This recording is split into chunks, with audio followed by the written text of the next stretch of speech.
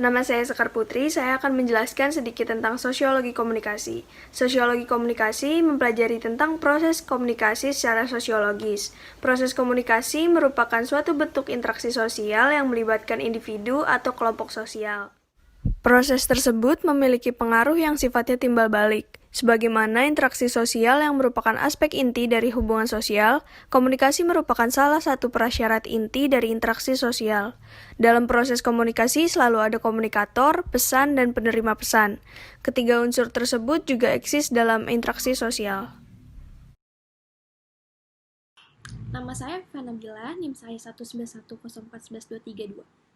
Selain itu, ada beberapa objek kajian sosiologi komunikasi. Sebagaimana yang sudah disebutkan di awal, sosiologi mempelajari interaksi sosial. Ilmu komunikasi membahas tentang segala hal yang berkaitan dengan komunikasi. Dengan demikian, kita bisa paparkan beberapa objek kajiannya seperti pertama, media massa. Mempelajari hubungan antara media massa dan masyarakat. Bagaimana dampak penyebaran informasi lewat media massa pada kehidupan sosial. Yang kedua, media sosial. Mempelajari dampak arus informasi yang disebarkan media digital pada masyarakat.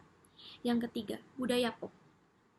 Mempelajari proses penyebarluasan kultur populer yang menjadi konsumsi publik lewat peran media seperti musik dan film serta aktor. Dan yang keempat, teknologi informasi dan komunikasi. Mempelajari dampak sosial dari perkembangan teknologi dan informasi. Dan yang terakhir, interaksi sosial. Interaksi sosial mempelajari pola interaksi sosial yang terbentuk di masyarakat. Objek kajian ini menunjukkan salah satu kesamaan antara apa yang dipelajari dalam sosiologi dengan komunikasi. Nama saya Safira Yasmin Gazista, saya akan menjelaskan contoh.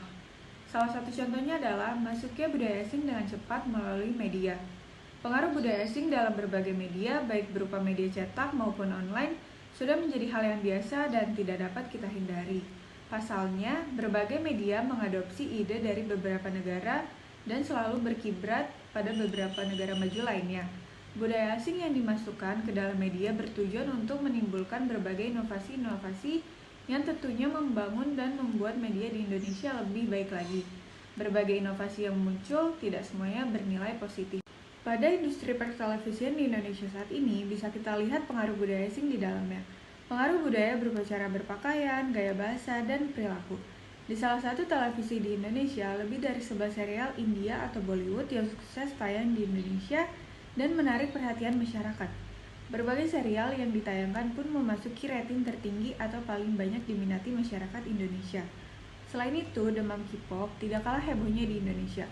Berbagai hal yang berhubungan dengan Korea pun menjadi sangat laris di pasaran, baik itu pakaian, makanan, dan make up. Nama saya Monika Silva Sivani. Berbicara budaya dalam media memang tidak ada habisnya, karena budaya asing merupakan hal yang menarik untuk dibahas. Tidak hanya menimbulkan dampak negatif, budaya asing juga dapat menimbulkan dampak positif, sesuai dengan bagaimana kita menyikapinya. Kehadiran budaya asing harus menjadi suatu yang membuat kita mencintai budaya kita, agar kehadirannya bukan untuk mengikis budaya asli Indonesia, melainkan menciptakan perubahan dan meningkatkan nasionalisme dalam diri. Maka dari itu, penting bagi kita untuk mempelajari sosiologi komunikasi agar dapat menyesuaikan diri dalam kehidupan bersosial dengan masyarakat dan dapat mengendalikan globalisasi serta modernisasi yang memberikan dampak pada sosial.